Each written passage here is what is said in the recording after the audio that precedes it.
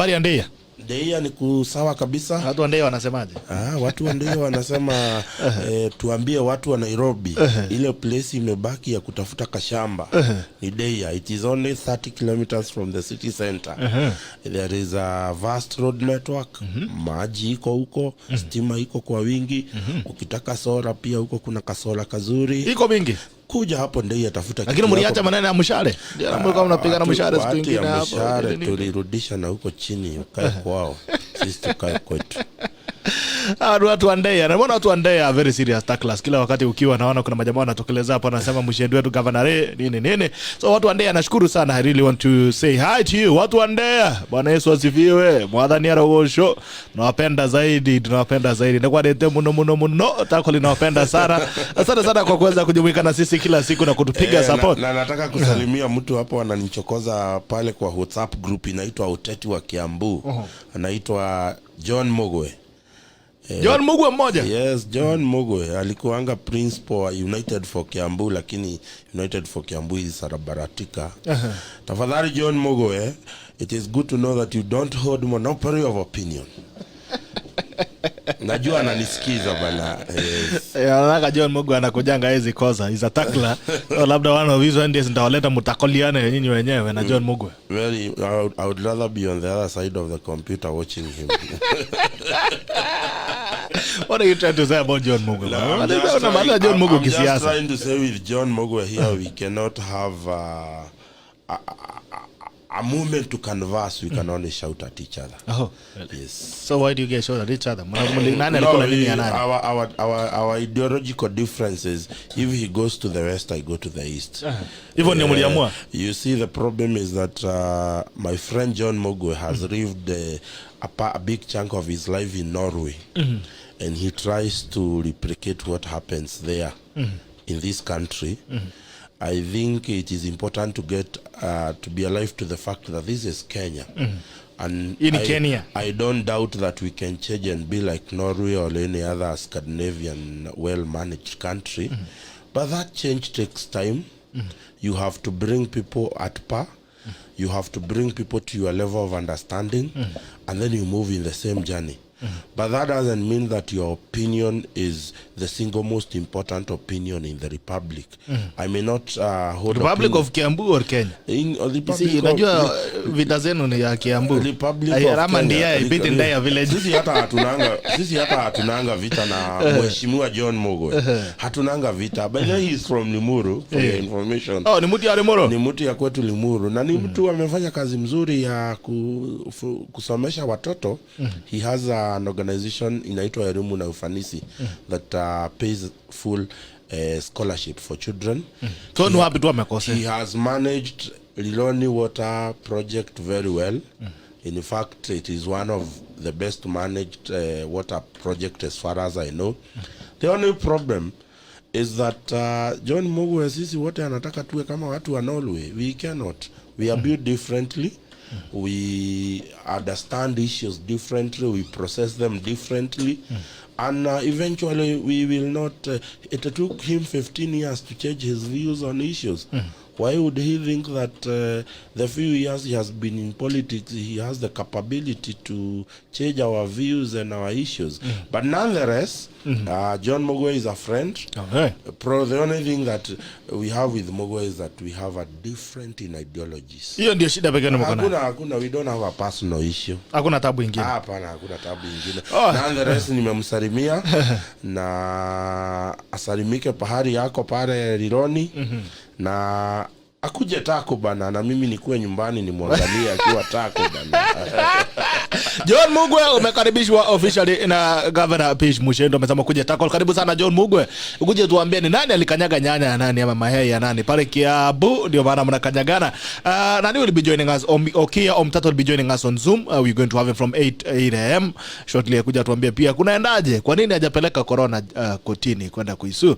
Bado kabla sifika hapo tuko na mgeni pia leo, mwingine anaitwa Lavuna. Lavuna, good morning. Good morning. How are you doing? I'm good. Good to see you. Asante. Good to see you. Maybe introduce yourself first and karibia microphone.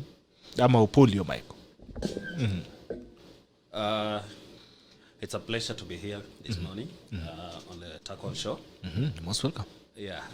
Hapa watu wanashagananga kabisa. Hapa kwa hapa. Atusema hakuna hapa kufungiana shule, mnafungiana hapa sasa. You know, hapa ndio mara ya kwanza natumia jina ya Kizungu, so I don't know where you got it. I'm normally known as Mbaya Lavuna. Mbaya Lavuna. Mbaya Lavuna. Yeah. Yule mbaya. No, where I come from, Mbaya means the one who is walking. Wow, nice. Yule anatembea. And Lavuna means the one who was born during harvest season. Oh, nice. Kwa hivyo ukishikanisha hiyo majina, unatembea wakati wa kuvuna. Ninatembea alafu ninavuna. Kwa hivyo hata hapa nitavuna. Hallelujah. So unatoka wapi na kazi yako ni ipi? Mimi ni mkaaji wa Westlands constituency. Na pale ndio napiga kura yangu. Lakini nyumbani kama vile mwenzangu ni Wandia, mimi natoka Lugari constituency, which is in Kakamega County. Unatokea kwa Lugari? Lugari kwa Ayub Savula. Kwa kina Ayub Savula. Yes. Lugari ndio ilikuwa Silas Jirongo. Silas Jirongo. Alright. Sawa. Alright, wacha tusalimia Taklas, alafu tukirudi tunaingia kazi haraka upesi. Nimeona wamekimbia sana kwa wingi. Nimeona watu maneni zimepita haraka sana. Edwin Joke nimeona comment yako ibija kinika kimbia. Justice Ruth mwanza, good morning good people watching from Nairobi CBD. Watu wa CBD senior citizen Eric Wanaina sijui ulienda wapi. Adaitas Komara sema good morning Brian Ciel sema good morning everyone. Good morning to you Brian Shell, Aaron Korir. Good morning Gerald Bito. Good morning to you Aaron Korir. Benedict Luther. Good morning, tuned in from Busia County. Uliama lini? Kumbe ni Okino. Nilikuwa nafikiria ni Benedict Luther. Benedict Okino anasema good morning, tuned in from Busia County. Asante sana watu wa Busia. Asante sana watu wa Ingo. Tunawapenda kwa zaidi. Willy Kipkorir anasema watching from Kajiado. Thank you so much Willy Kipkorir. Thank you so much my brother. Good to see you. Good to see you. Good to see you sir. Good to see you. Naona Rotit Rafael Power so mwenyewe anasema asai Gerard. Asai to you Rotit Rafael Power so. Lawrence Kigen Kibla good morning from Eastleigh. Asante sana Matthias Cheboy. Anasema good morning Tatakor watching from Louisiana USA. Watu wa diaspora tunawapenda zaidi Matthias Cheboy. Tafadhali ongelesha Joel Arama. Tuko na show yenu kesho ya Diaspora Voices ili muweze kuja mtuambie baada diaspora vipi na mnafikiriaje na uongozi ambao inaendelea Kenya hii. Dixon Kip anasema good morning Tackle, thanks for yesterday's book I picked it. Thank you so much Dixon. Karibu tena. Rogers Kigen anasema watching from Bomet County. Pauline Cherop amesema ameshare. Thank you so much Pauline Cherop. Hope ulipata kitabu yako pia. Rotij Rafael Posam watching from Diaspora Rongai. Asante sana watu wa Diaspora Rongai. I hope mko na visa huko kabla mjaingia Nairobi. Arama Nyingut anasema good morning Taklas watching from CC Boss. Asante sana watu wa Eldoret. Nzio wakasema ako tayari wakatuse mwenyewe. Jumba Ian Kiptonza watching from Land Down Under. Watu wa Australia tunawapenda zaidi. Thank you so much guys from the Land Down Under. Francis Nganga anasema Muranga represented. Watu wa Muranga wanatia. Mungu anawapenda zaidi pale Muranga na mtupee maji. Nasikia mkasema mnafungia maji na kuja Nairobi. Antonis comes anasema waiting for the show. Tuko hapa tayari. Alora Skin kulaka sama today's panelist ni moto sana. Ni moto ya kuotea mbali. Unajua kuna mtu aliuliza, unaambiaje mzungu mimi ni moto wa kuotea mbali kwa Kiingereza? How do you tell mzungu mimi ni moto wa kuotea mbali kwa English? I'm the fire of dream from far. Ana maika yake sema Mr. Tara. Direct translation. I am fire of dream from far. Aiza kidogo sema morning Eldoret iko kama dawa sana building and so much. Team just you don't have to figure out how God is in control. The universe, he controls the universe. He controls fish. One time he told Peter to go to the lake and the first fish got air coins inside it to pay taxes. God controls the economy. He controls finances. He controls your enemies. The scripture says I think jamaa nini yako imepotea tena tukisoma. John Rashid anasema watching from Mombasa. Sana watu wa Mombasa tuwapenda zaidi. Kabon sana watching from Eldoret. Nicholas Kimutai boss Kimtai from Kericho. Pauline Cherop anasema karibu Muchendu. Kipkuru rote anasema praise God. Hallelujah. Kibrono Mosea South Australia to collect. Watu wa Land Down Under Australia tunawapenda zaidi. Stephen Flames let your maga anasema following from Thika Aslan Nation iko tuned. Asante sana Alex Ogero. Good morning sana karibu Muchendu. Sami Meli anasema Kitale Cherangani constituency is well represented here. Gadison Nai Milka Sugut wanamushwa Benjamin Ketwanyo anamushwa Jackson Bora anamushwa Honorable Elikana Manjari anaambiwa kujeni. Ana kijana wangu alibadilisha jina hapo Kipchirchira anasema good morning the tackle tuned in from Kapsoya. Ulitoka Kabenes. Kimtai Vina anasema good morning good discussion Bedian K. Kuja bwana kuja uchukue kitabu yako. Anasema good morning tackle being tackled at Thika Kiambu. Anasema Lewin Dhumbi anamusha Beris Wanjiku Njiri Julian Sioka. chini Jasaya Patrick Muturi, Jen Mbaka, Justus Mituko, Esther Wahome, Beatrice Ogutu, Martin Kila sama mgeni mkweta kwa Samuel Kosgei anasema watching from KK Cherangani. Ereng Maka anasema niko ndani nikiwa Mackinnon Police Station Kwale County. Asante sana watu wa Mackinnon Police Station. Osea Betwell Kipchenza watching from Allingham. Osea bana na usupote sana tukunywa kahawa. Ereng anasema niko ndani nikiwa Mackinnon Police Station Kwale County. Salimia sana crew ya pale Mackinnon Police Station. Jojo Iraki anasema hello, good morning all, good morning to you. Tuned in from Migori County, Wendo Sub County, Yoni Clinton, Professor Vin Mvanya anasema Gerald check this one too, it's my work bro, good stuff. Look at it bro, nitaangalia, lazima tujengane. Dennis Majenda anasema niko ndani. William Mwangi, good morning, tuned in from Utawala kama kawaida. Hila anasema morning Gerald and team, kindly Gerald arrange for a talk on KPLC charges and how they rip off Kenyans. Chero Titsei wa switch off KPLC atakuja next week kuja tuambie kuna nini pale KPLC. David Nyambari watching from Doha Qatar, asante sana. Captain Moyo anasema John Limo tuned in Ngata Kirobon Nakuru, asante sana. Ngezidi kuwapea shoutouts lakini kwa sababu ya wakati acha tuachie. Lakini endelea kutuma shoutouts, ndaanza kucheza naona ndio watu wakisema sasa jidia zama kijana na pesa, GB kijana na pesa. Pesa lazima tutafute. Asante sana, thank you so much for joining us. By the way, pale Maridadi Motors kama uko pale Kiambu Road, kimbia pale Seattle Mall, wende mahali inaitwa Sparkling. Wacheni kupeleka gari car wash, nenda nasuguliwa na gunia. Pelekeni spa, gari inafanywa massage, inatoka kama imekubali kabisa. Kimbia pale Seattle Mall Kiambu Road, pale nyuma kuna mahali inaitwa Sparkling. Ukifika pale useme umetumwa na Bitoki, you never know, unaweza chapwa na vocha kama uko Kiambu Road. Kimbia pale Seattle Mall. Kirui mekansema ako inside kutoka Dubai. Asante sana watu wa Dubai, wacha tuanze kazi. Nimesikia mwanzo wale watu ambao wanafanya kazi mtaanza kufanywa kitu inaitwa unemployed tax. Mnataksiwa ndio muweze kulipa watu ambao wana kazi. Muchendu, uko tayari wewe ni mfanyikazi wa serikali? Ndio utajua ujui. You know, the tax regime in this country continues to amaze me every day. Just the other day they said that they are going to give you the tax holiday in BBI. And then today we are hearing that there will be an employment tax. The question would be, whose fault is it that those people do not have jobs? Has this government created an enabling environment for people to be employed? Have they created an enabling environment for private sector? Because government can only employ not even more. I don't think they can even hit 10% of the total employment in this republic. Therefore, the people who can help government produce and make jobs is the private sector. And this government has failed to hear the cry of the private sector. Today, look at our energy regime. Yeah. We have a very poor system of energy. We have a very poor energy billing system that makes production so high, the cost of production very high. True. Look at the kind of tax you are taxing people who are doing startups. That tax is very high, that private sectors do not see the need to invest in this country. In fact, they continue to live. The other day we were so excited when we saw Dangote in this country coming to say he's gonna invest. Yeah. But he didn't. And he gave two reasons. One, the tax regime was one of the problems that he could not deal with. The other one was that requirement of you have to give a certain stranger 30% ownership because he's a Kenyan.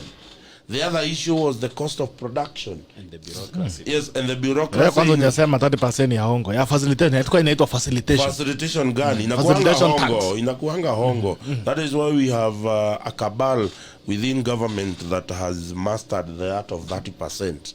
Because the art of 30% for multinationals coming and the art of 10% for local companies doing business with government, lazima wanatoa hiyo sadaka ya 10%.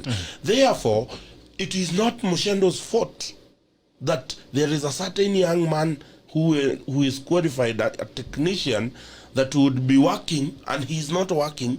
It is the fault of government because government has refused to streamline the ease of doing business in this republic so that private sectors can provide more jobs.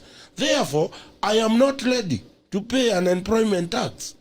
I mean, with the kind of rampant corruption that has been propagated by the Jubilee government in the last 7-8 years, why would I pay an employment tax knowing very well that it is not going to reach that young man that I am purportedly making that percentage for.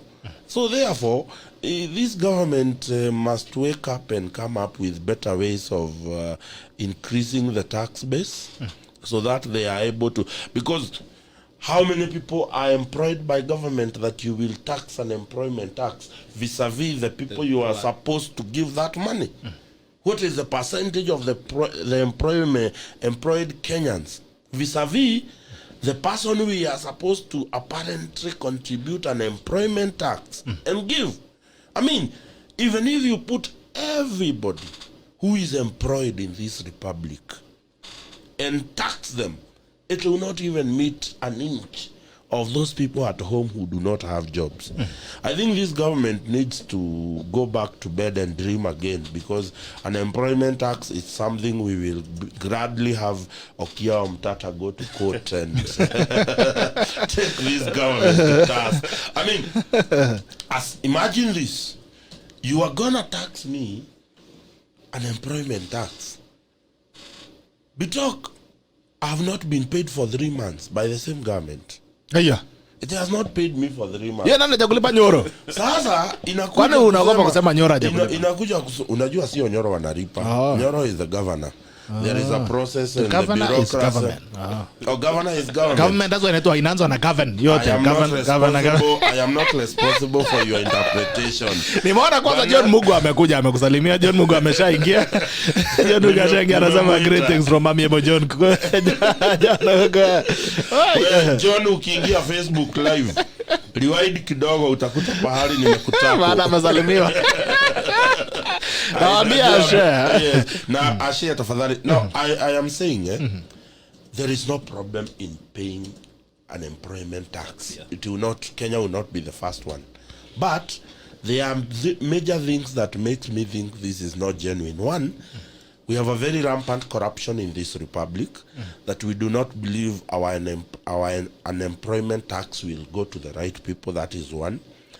The number of those employed vis-a-vis the people we are supposed to be giving an employment tax, it is so big that whatever we are charged cannot be enough for this republic. So rather than this government concentrating on an employment tax to tax those who are employed, I think it will be prudent for them to think how to do ease of doing business in this republic. And I keep saying this, the reason why China has left us behind Malaysia and other economy, it is because those government deliberately decided to do with the startups and mid-level companies and give them ease of doing business. Today, Bitok, we have an SGR termination in Ewaso Kidong. What if we decided we give companies as something to entice them, give them land leases at a zero cost, so that they are able to do business around that port? These are some of the things this government will be doing. If today you give a company land at zero rate and that company is able to produce and put their goods on the SGR to Mombasa, there is a possibility we will have like 20-30 companies doing subsidiaries near, and it will create more employment for the young people. So therefore, this government must not think about the same old things, because you mazi umenitoa pay nalipa value added tax, kama naleta manguo nitalipa import tax, kama naleta gari nalipa duty, import duty. I mean, I'm looking at the licenses I'm gonna pay. You know, I see where maybe the government was coming from with the idea, because in Sweden... And Ben, do you even see this thing getting there? You see, the problem in Kenya is not the intentions about it. Will it get there? It won't get there. It will not get there. Because if we are a government that cannot even account for COVID funds, then that means we cannot account for anything. Because, okay, let me just go back.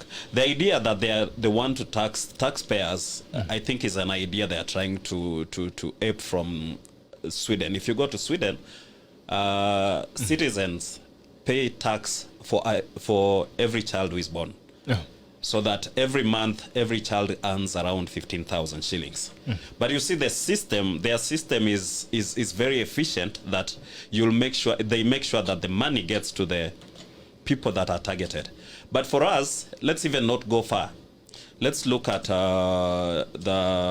is it called kazi kwa vijana something, eh? Something close to that. Yeah, something close to that. Where you wanachukua vijana wanawapeleka kuosha mitaro vijana wa university, which is a very sad scenario. If you look at that, the government had put in structures, but we've seen severally these young people coming on the streets and demonstrating because they've worked and they've not earned. Some who are supposed to be paid, I think, 900 shillings end up being paid 90 shillings. So you can imagine what is going to happen if we have people being taxed without any system of accountability. So I want to support what my colleague is saying. For us, for Kenyans, we've been paying tax, if you look at it. But what we want to see is accountability.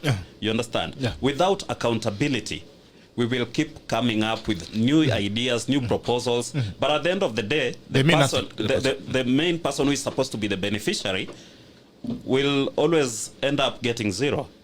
You understand? So, just as he's saying, the Jubilee government is one of the Jubilee NASA. NASA is our inside. Ni Jubinasa to sote ama regard. But you see, this is coming at a time when you're saying the government is broke. Yeah. Is the government trying to fundraise for itself? Because when you say, why now? I mean, the government is supposed to create employment, not to pay people who are not working.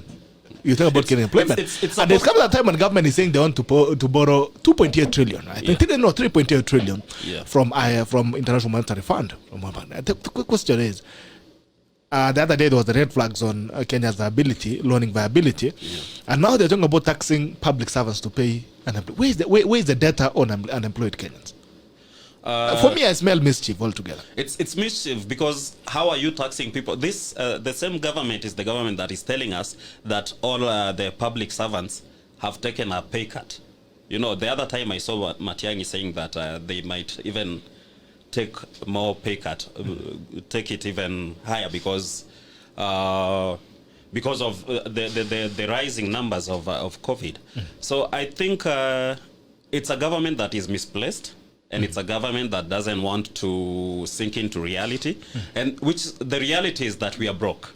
So this is just another method of trying now to sustain itself using the common mwananchi.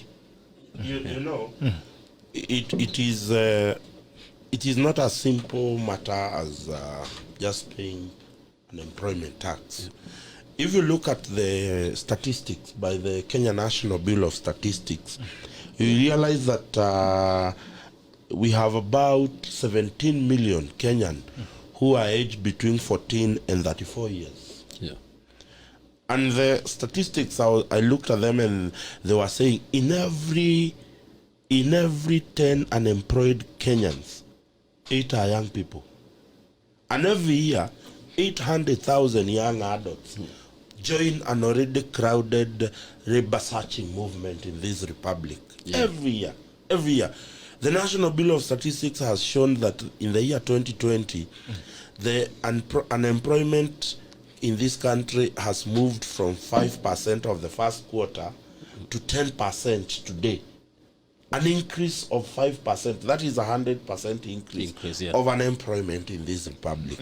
And I think just talking about unemployment tax, if we look at the chunk of how many people are employed, whether by government or by private sector, and you look at the total amount they would contribute, it is not even enough to sort anything in this republic. Therefore, this government needs to sit down and come up with a policy that is going to address the issue of unemployment. And I have consistently said that any country that has developed in the world has taken care of the mid-level and startup companies in this republic. They have given them an enabling environment. Today, if you want to start a small startup manufacturing company, why can't this government relate these equipments so that I'm able to start a business? Not just telling us you give us tax holiday. You may give us tax holiday, but the cost of starting that business is very high. Why don't we have the government caution the people who are doing startups, the people who are, you know, I see Uhuru Kenyatta doing round tables with the Kenya Association of Manufacturers, which is populated by the big boys. And these people, their sole duty is to ensure you and I do not start a company that can give them competition. Therefore, whenever the president sits down with these big boys, pretending that he is seeking advice from them to help young people start business, it is a very wrong logic.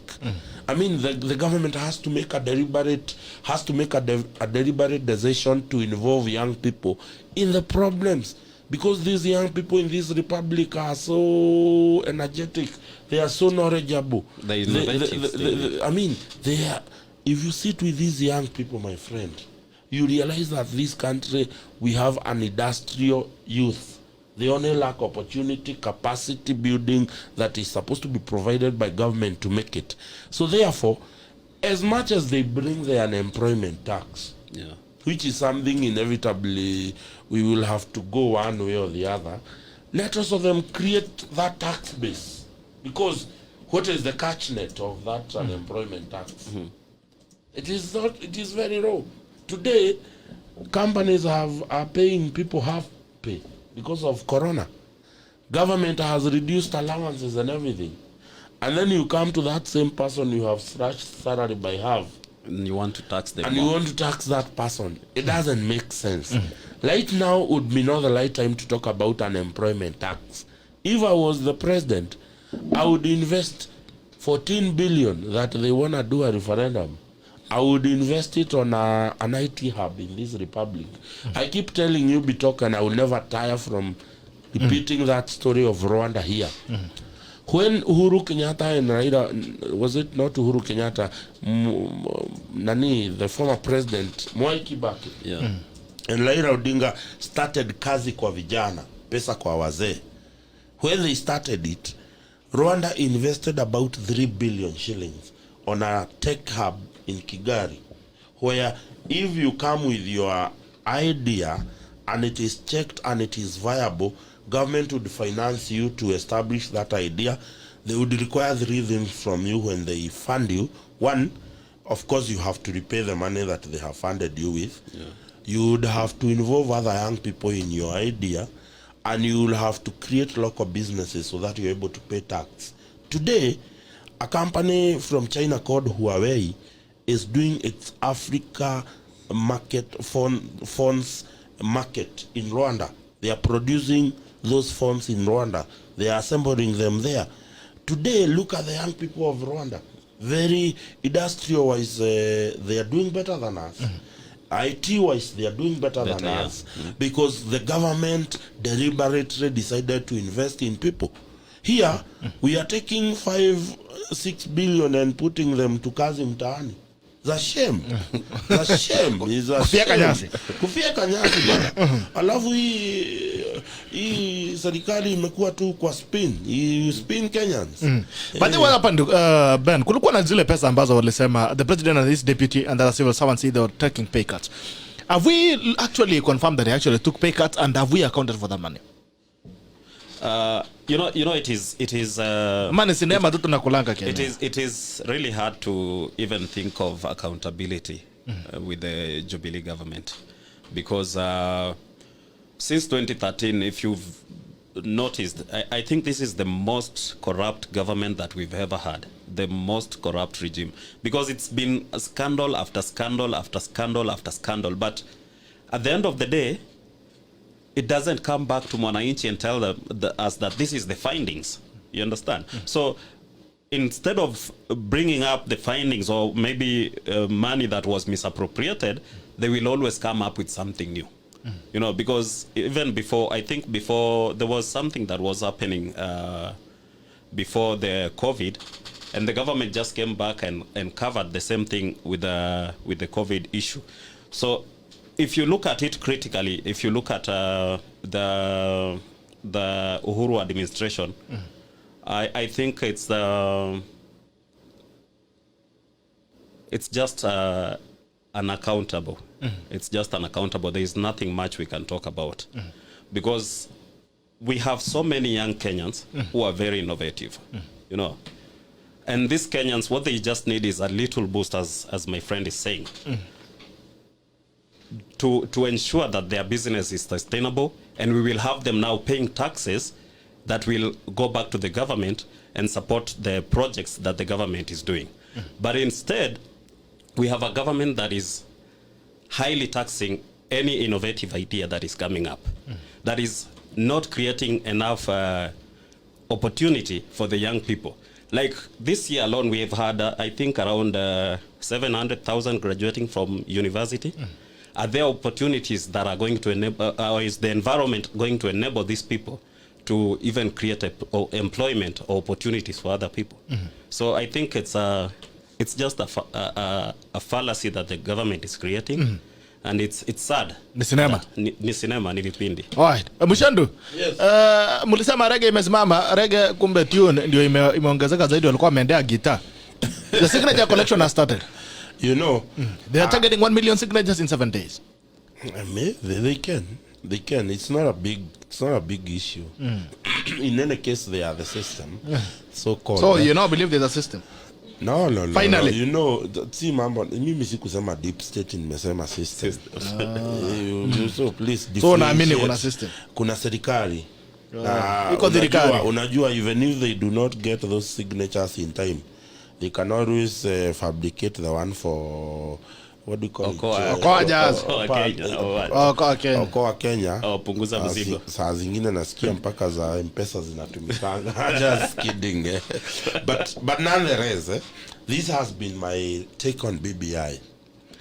I have consistently said that this document is not 100% good. Neither is it 100% bad. That has been my take. And I have approached BBI in 4 different levels. The first level was that one of saying that this document is not perfect. And I have consistently said that. Number 2, I've said that we need to amend some of these what do you call them? Some of these issues put on BBI, proposals put on BBI, like the issue of oversighting judiciary by executive, oversighting police service by executive. Those are some of the issues I have said we have to change. Now, the other issue is we have to insist there are other issues that are not in that document but are of paramount importance to us. For instance, ourselves from the mountain region, we are agricultural-based community. What have we talked about land and agriculture in BBI? That is that thing, insisting those things that are not there must be put there. And then the final one, it is that it is possible I might have requested the 3 things and they will not do it. I am not interested in a contest of us versus them as Muchendu. So if they so wish to take that BBI to the people like that, let it take to Wanjiku. If Wanjiku decides that is good for him or her, let him pass it. There is nothing much you can do. But I'll tell you, the time of reckoning will come. I can tell you that the report by none other than NIS, National Intelligence Service, as reported by some of the... Walisema 19% ama 19 people. Nauliza tuzi kupata vizuri. No, they said 19%. Okay. That only 19% of Kenya that is supporting BBI. And I can tell you I am on the ground. It is true. And you know what actually bothers me? Most of the people from my neighborhood who are opposing BBI, they are not opposing it because they have led it. Wengine wajisoma, especially wale wa mama tukienda kwa mazishi na functions, wanasikia mtu amesema BBI, hapana. They have not led it. But I'll tell you, one of the major greatest mistake that President Uhuru Kenyatta and Raila Odinga have made, it is the failure to select the right people to sell this document. How the hell do you appoint Dennis Wawero, a failure from Dagoretti South? who not only failed in the Great South, he also miserably failed in his attempt for gubernatorial candidature in Nairobi. Kwani Muchendu kujenga madaraja inahitaji nini? And then, no, atakufanya nini? Kujengea kwa madaraja inahitaji nini? No, you see, wacha nikwambie. We have been saying that this document called Building Bridges Initiative does not have a pathway to the bridge itself. So, when you pick people like Dennis Wawero to come and sell that BBI in central Kenya, who is a failure, look at the, Raila Odinga brings one of his best people in parliament, Junet Mohammed. Hate him, like him, I always like him when he's on the floor of the house in the National Assembly. There is never a dull moment with him on the mic. Wewe na wewe Uhuru Kenyatta unaleta a failure from the Great South. Akuje aongoze BBI Kiambu. Na yeye ni mwanasiasa wa Nairobi. Si labda haitaki iendelezwe, labda haitaki iongozwe. You know, I don't know. But this is, ukikuja mpaka kwa ground, unakuta kwetu Kiambu ati Gathoni wa Muchoma ni yeye anakuja kutuambia tupitishe BBI. Surely, do you love yourself bringing Gathoni wa Muchoma to market BBI? No, but ati unakuja kuleta Bishop Gakuyo. But we should also be asking ourselves, yes, is it a constitutional moment? Lakini Ben, unajua nyinyi ni mtu wa LG kwanza. Na tuambie kwanza mdosi yako naona zingine anasema tupitishe, si mbaya sana nini. Wewe kitu tusipitishe. Wewe umekosa kufuata mdosi wangu. Mdosi anasemaje? Mdosi amekuwa very clear kwamba tukue na consensus. Let's bring everybody on board. You understand? Na hiyo ndio imekuwa msimamo yake. But he said the document is not bad. What consensus do you need when you say the document is not bad? But when he was in Bomas, he said it was not bad, but he gave his views. He gave his views on the ombudsman. Also, tell me talk. Yes. When I say, if he says the document is good, yes, and I say the document is not bad, those are two entirely different statements. When I say Mudavadi, I would like to come to his defense. He never said the document is good. Yes. He said the document is not bad. And he said there are gray areas. Exactly. He touched on the strengthening of the Senate. He touched on the independence of the judiciary, making sure that the ombudsman is appointed by the judiciary. And he also talked on the commission, you know, on the police, remaining the way it is. And such as it may be, my views on the BBI, by saying that it's not a constitutional moment. Are you ready for collection? For me, I don't know why I should be giving my signature, because I'm not yet even convinced. You understand? I'm not convinced that this constitution, this BBI, is for mwananchi. If you look at it, the biggest beneficiaries are the politicians. If you look at it, like I was reading somewhere, governors sasa term limit zao zinatolewa. Unaangalia? Kwa hivyo, if your governor has been corrupt, you will have to live with them, because they'll have a lot of money to keep coming back to you. And then with a weak Senate, what do we expect? Look at it this way. Ukiangalia wale wafikiri wataumia sana are the women reps. Because now if you take the 47 women reps, you are just changing them to become senators, but with nothing, no funds. Because when they are women representatives, they have allocation. You know, they have a kitty to themselves. And then again, how does it help you to meet the gender role that we are looking for? Right now, we have women who have been elected senators. You understand? Yes. So, ukichukua our 47 and change them to become senators, and I say senators without portfolio, they become senators, then does it raise the number of that gender role? Or do we leave it that some women can run for Senate, and we have the 47 who are guaranteed? You know, so ukiangalia vizuri kwa kimakini, BBI, I think it's just there to benefit two individuals who have always run with the idea, because every time Raila is talking, he will tell you tulikutana kwa Harambee House mimi na ndugu yangu Uhuru. You understand? So Kenyans are not involved in this. Kenyans are not in this. And as my friend from D is saying, kwa ground vitu ni different. All right. Naona pia mkubwa Okiya Omtatah naona ameingia pale, naenda kumchukua kidogo tusikie anasemaje pia. We need to bring him in na tuambie what he thinks about the things that are going on in this country. Na tuambie ni lini anaenda kotini. Nasikia civil servants wanaenda kutaksiwa zaidi ili kulipa wale ambao hawana kazi. Atatuambia ni lini atakimbia pale kotini.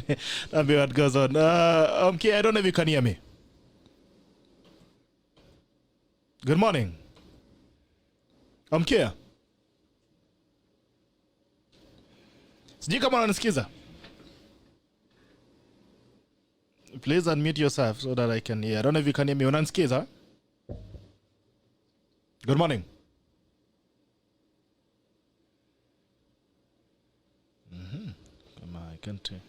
I can't hear him. All right. Well, I'm setting him up. Sijui kwa nini anisikizi, but let me see. Kuna shida hapo. Kuna taniangalia sijui kama. All right.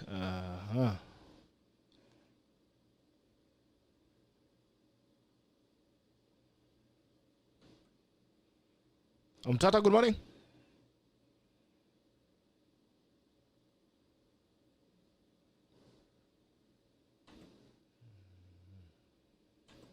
Good morning. Okiya. Sikusikizi sijui kwa nini sikusikizi. All right. I don't know why I can't hear you. Good morning.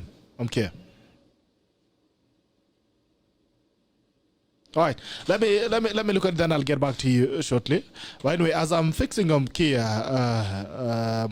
I would want to pick you up on the issues of PEV. You know, we were talking about reviving PEV issues. What are your thoughts on this? I think that the idea that the DCI would go behind the cameras and dare do that, it is the height of the insincerity of politicians in this republic. 2007 was the lowest Kenya could have seen politically in its history. True. And therefore, this is a scar that we must do whatever we can not to open it up. It is a scar that continues to heal.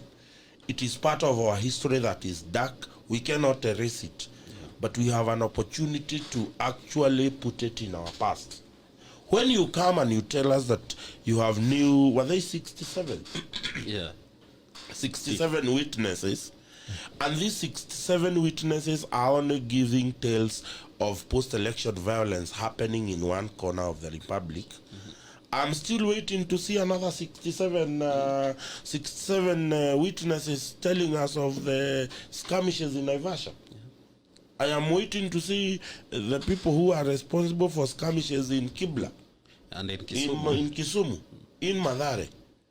These are if we are dealing with post-election violence for real, can we start with the post-election violence in 1992 that started at Kuresoi? That is why the first post-election violence in this country ever started. I have friends in Limuru who were chased away from Kuresoi in 1992. They came with their parents as small boys. They are now nurtured Lemurians who have blossomed business-wise in our place. They owned land there that they have never been able to occupy. If we are talking about dealing with injustices, it must not be lost that 2007 was not the first skirmishes in this republic. 2007 was not the first. Let us get justice for those people who are kicked out of Kuresoi, those people who are kicked out of Moro. If it is about justice, that is it. If it is about justice. But if you ask me, whatever Kenoti is doing is politically instigated kind of hate politics in this republic. The president is captured in Kisii, blaming Raila Odinga for the 2007 skirmishes. It is sad because if there is any handshake that happened between anybody and the president, there was the handshake that took place at Afra Stadium between President Uhuru and the Deputy President William Ruto. And this handshake happened because of the skirmishes. We wanted to forget about 2007. And they told us it is a new beginning, and they told us tuko pamoja. And it is sad that instead of now focusing ahead, we have BBI, which is supposed to be building bridges. And by building bridges, we mean that we are trying now to bring everybody together, every Kenyan together, so that we can walk forward together. And I'm telling, I believe this, if this is not Kinoti, if Uhuru's hand in what Kinoti is doing, then Uhuru is going to leave a terrible, divided nation. And the legacy will be a legacy that nobody will want to think about again. Because look at it this way. Rwanda had genocide. And they have created a mausoleum where they go so that when you look at this, you tell yourself, never again shall we let ourselves get to this. If Kinoti is fair enough, let him go back to Wagala massacre. You understand? And come up from where these things have been happening so that we know. Because honestly, I'm not a supporter of Ruto, but I can clearly agree with him that this is just to target William Yes, Samoei let me tell you why. Yeah. These witnesses they purport to have gotten, they are giving testimonies of what happened in Eldoret. Yes. Which community was the most affected in the Eldoret skirmishes? It was the people of the Mount Kenya. Yes. Who has become a headache in the politics of the republic to those pro-government? The deputy president has made inroads with the Kikuyu nation. And every day he becomes popular in the Mount Kenya. And the only way they thought of deterring the star of the deputy president within the mountain region was to remind the mountain region what happened in Eldoret. That's basically what they are doing. They're just playing petty politics to target the DP because of how he has gotten himself within the Kikuyu nation and asserted his authority as a leader in the Republic of Kenya. So therefore, I am also waiting, eagerly waiting, to hear the 67 witnesses of what happened in Naivasha. Go to the Philip Waki, read a report of Amze who lost 11 members of his family in Naivasha. Doesn't he require justice? Sure it does. The Kikuyus who their houses are occupied in Mathare to date, people don't pay rent. Don't they require justices? Cannot you please do not take us for a ride? If you are investigating post-election violence for 2007, please investigate it holistically. Let us not see you to be being used by political cartels within government to fulfill. You remember the other day they gave poisonous food to the people of Kikuyu constituency. We have not known. We gave you the vehicle that was used. You can easily trace who owns that vehicle and therein bring the culprits to justice very easily. You have not done that. The thieves of corona money are still enjoying the billions, while NHIF is telling us we are on our own. Why can't you put the most important issues up front? Don't open wounds that have not quite healed. If you open wounds that are not quite healed, zitakuwa kubwa, and the legacy of His Excellency President Uhuru Kenyatta will not be a good one if he leaves this country divided. It is not the first time or the second time he has sworn that never again shall we have post-election skirmishes, but you are doing exactly that by reopening woods that were about to get healed. 2 elections after, ndio umepata 67. There is a whole commission that was brought and investigated and realized there was nobody they could charge. But miraculously. Yes. All right, let me see if I can find let me see if I can still find Okiya. Good morning. Morning to you. Good to see you. Finally, I can I can find you finally. Good morning. How are you doing? Not bad. Good to have you, sir. Thank you for hosting me and welcome. Nashukuru sana kukuona. There are many people wanaulizanga Okiya ni nani? Go to the internet, they'll get an answer. I'm just a Kenyan citizen. Waende internet ndio utapata jibu. Enough has been answered on that question. All right, I'm just a citizen of Kenya. All right. So let me ask you, Okiya. By the way, you've not seen a lot of activities from your end during Corona season. Probably you're on, maybe you're taking a sabbatical kidogo, but it's good to have you back. The government is planning to tax civil servants to pay the unemployed. What are your thoughts on the same? It's a political question that should be determined by the MPs who have elected. Okay. Yeah, it's not for me to decide that one. But it affects Kenyans. You say you're a citizen. Yes, I'm a citizen, but I have elected an MP. And that's a political question which they should answer. They must have reasons why they are proposing that. Let us see the reasoning behind it. And then if it is reasonable, we support. If it's unreasonable, we don't support. Yeah. All right. Your thoughts also on the things that are happening on the platform about also the BBI ramshackle that's going on. We are talking about beginning to collect signatures, 1 million signatures in 7 days. Do you feel, as a user of the Constitution, because you've been seen in courts most of the time, do you feel it's time to amend the Constitution 2010? Anytime you can amend the Constitution, the only thing is that the process you use must be constitutional. I don't think there's a time when you can say it is right or wrong, but the process must be right. And we have two processes for amending the Constitution. Government institutions and government functionaries have what called 256, the parliamentary route, which if you don't require to collect signatures. You make a bill, you take it to Parliament, you get a 2/3 majority. It goes to, if it doesn't have an entrenched clause, it goes to the president signs it into law. If it has got an entrenched clause, it goes to a referendum for ratification or rejection. And so that's the route that's available, and the BBI should have taken that route. The popular initiative is for private citizens using their own resources so that the public can, nobody's locked out from that process. So I don't understand why the president and the state have abandoned their route and they want to hijack the route of Wanjiku. That's the only question that needs to be answered regards the BBI. There's a question of process that is a problem that needs to be clarified first, so that other things that are coming up can be addressed. So you feel the process itself is flawed, not the timing? From my reading of the Constitution, and if I have to be sincere to the Supreme Law, the process is unconstitutional.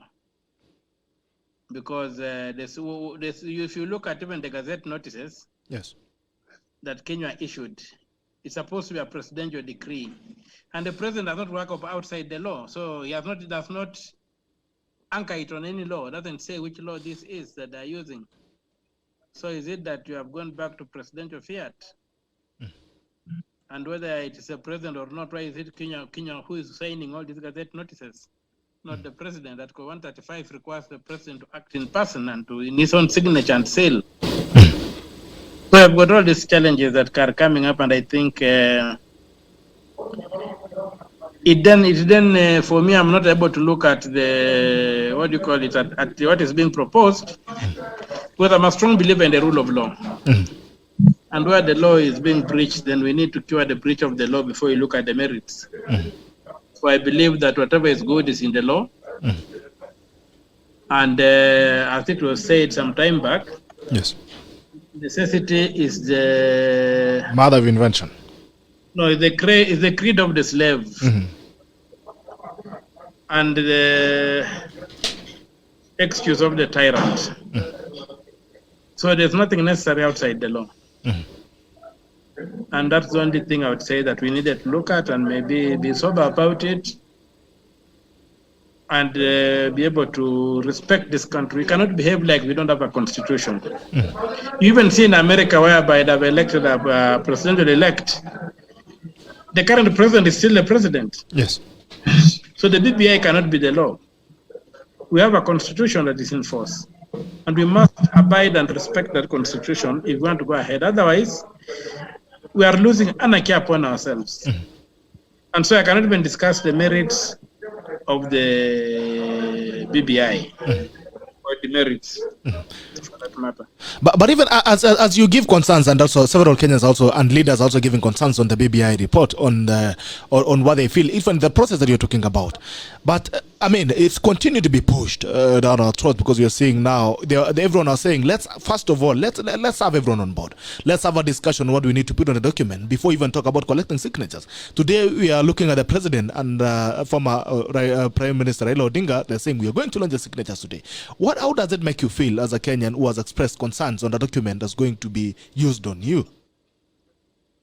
I feel that we lack political. There's no political leadership in the country. It's totally empty. Tabula rasa. It's an empty tablet. So I think we get to a point whereby things begin getting a bit bad, because I really would expect that the constitution would be respected.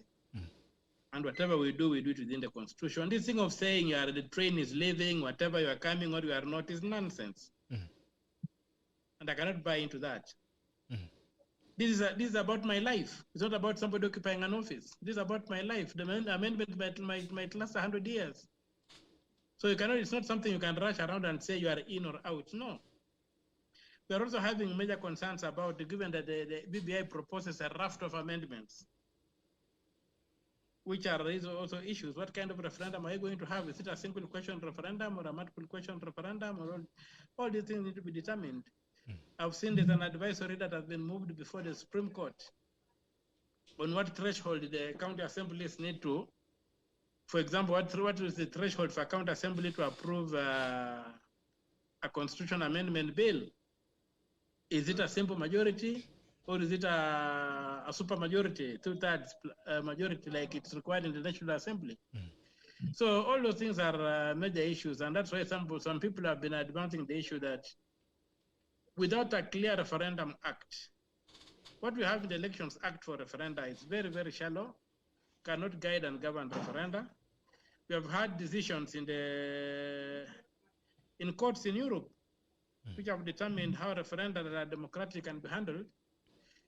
And since democracies are a universal experiment, what bearing do those decisions in the courts in Europe have on us here? So I think that Parliament went to sleep, and it needed to have done its bit. But this idea of saying that either for or against something is too shallow, and it's time we got away from campaigning for or against something and go engaging into dialogue and say what are the merits of that, what are the merits of that, but it must be done within the law. Me, I'm a student of the law, I'm a creature of the law, and I even believe that in the end of time, as it is said in the Holy Book, that the law shall go forth from Jerusalem to the ends of the earth. This is the law, and the law that governs us. And when you breach the law, I don't go with you, because even in the Garden of Eden, it's because we breached the law that's why we lost paradise. So the rule of law is very, very important. All right. Even I look at this. So what is the option for Kenyans? Because nobody's listening to Kenyans at this point. You're saying, okay, you guys, you can make all the noise that you want to make.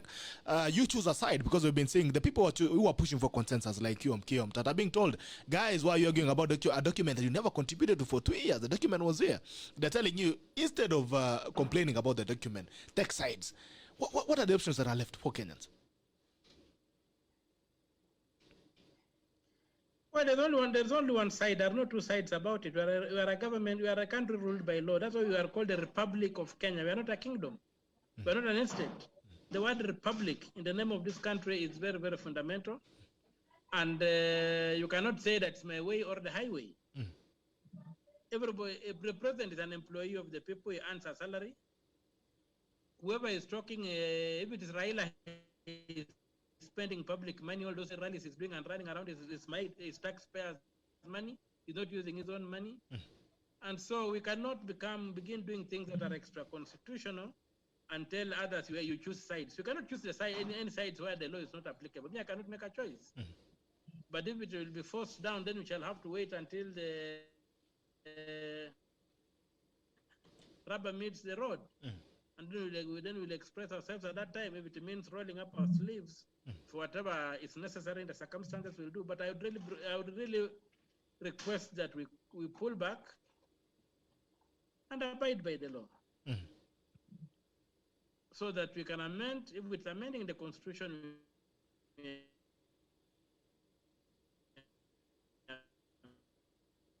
amend.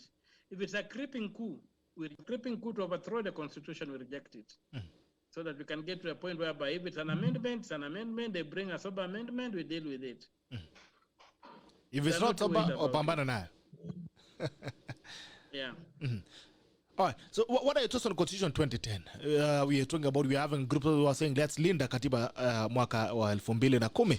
What are your thoughts on Katiba 2010? Do you think really we're at a point where we can say, all right, Katiba 2010, we have loopholes that we need to seal?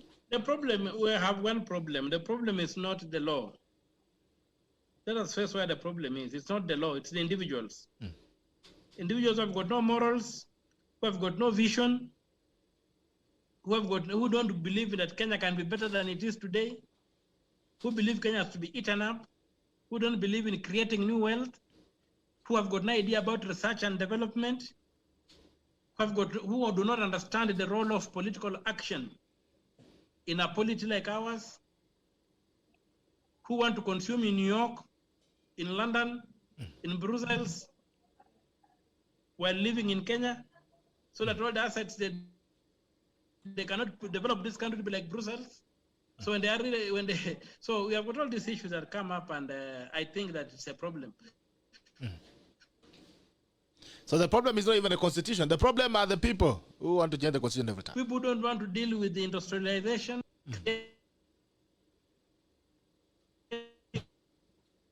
No ideas, totally the mandate have been given.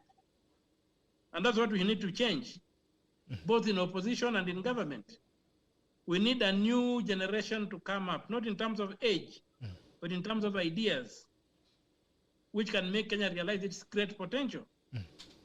These relics of the colonial system have no role to play in our future. And that's what we should be addressing. So they tinker with the law and keep on confusing us. The law has never been a problem. There's nowhere in the law, even in the old constitution, there's nowhere where it says go and steal when using public office. When you have the word Republic of Kenya, it means you cannot use public office for self-aggrandizement. You must have the people. You must have small government. You must have all those kind of values of republicanism. So I think that it's the people, we need to look at the people who are running this country, on both sides, the opposition, the so-called opposition, the so-called government, and reject them as a group. Do you think we still have an opposition even in this country, even as you mentioned opposition? Like, so-called. The government, the opposition is in bed. They have no idea. So what they are saying is that if you don't allow us to steal with you, we'll blow the whistle. But if you allow us to steal with you, we'll help you carry the loot. And basically that's what the likes of Raila are doing. Yeah. And it's very sad for this country. Because even to keep Moi in power beyond the knee, you remember Raila crossed paths, changed sides, and joined Moi and kept Moi in power for extra time. They took a handshake again. Yeah. So these handshakes have never been a handshake without a formula. It's nothing. So it's nothing new, actually. And this is the problem of stealing elections. Why don't we do what the Constitution requires? The Constitution requires accurate, verifiable, simple elections. Basically, the Constitution anticipates digital elections. Why don't we have them? Why are we stuck in this system that allows for stealing and not abuse? Last time the Supreme Court gave orders that the servers should be opened. Why haven't they been opened up to now?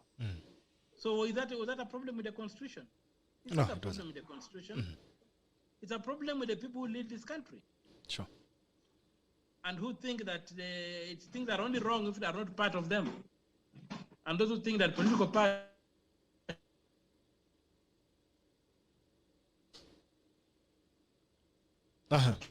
should be used for personal gain. It's not the BBI, it's not an amendment, it's not any law. Kenya is crying out for new blood in political office. We need to inject new blood into the political space. Shared, right from down the ground, from them. Pardon? We need to inject new blood in the political stream. Yeah, that's what is required, and that's what is missing. Not laws.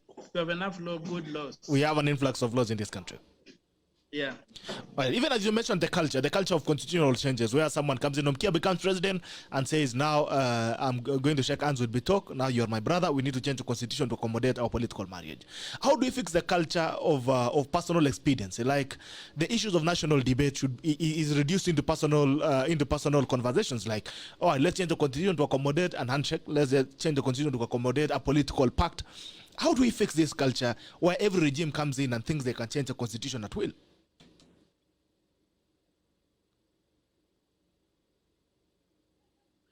If we keep on electing these tribal chiefs, we shall always have that.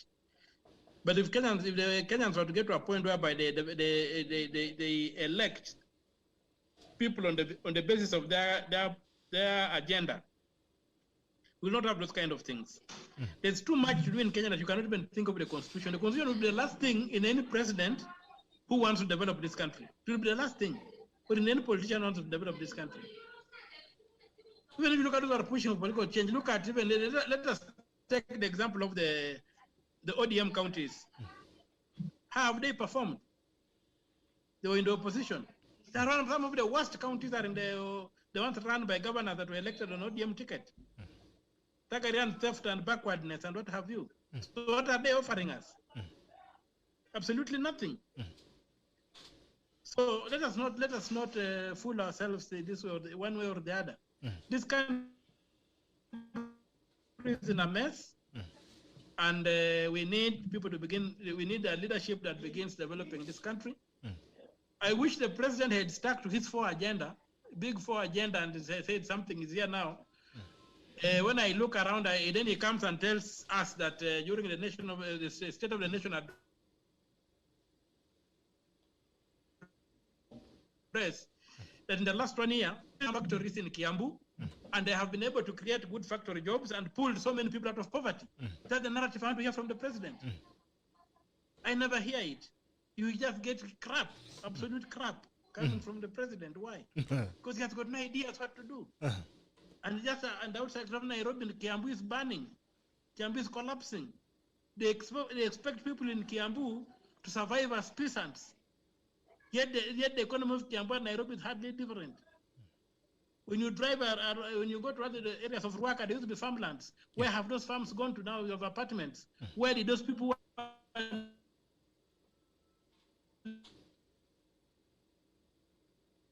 living on those farms go to? Give them livelihoods away from the subsistence farming they were engaging in before their lands were taken over by apartments. So for heaven's sake, let us leave the law alone. Let us obey it. Obey the law and leave it alone. Then come back for political action. What's the role of political action in developing a country like Kenya? That's the question we should be asking ourselves. And then getting an agenda, and people can drive that. Changing the law is one way of distracting us from what needs to be done.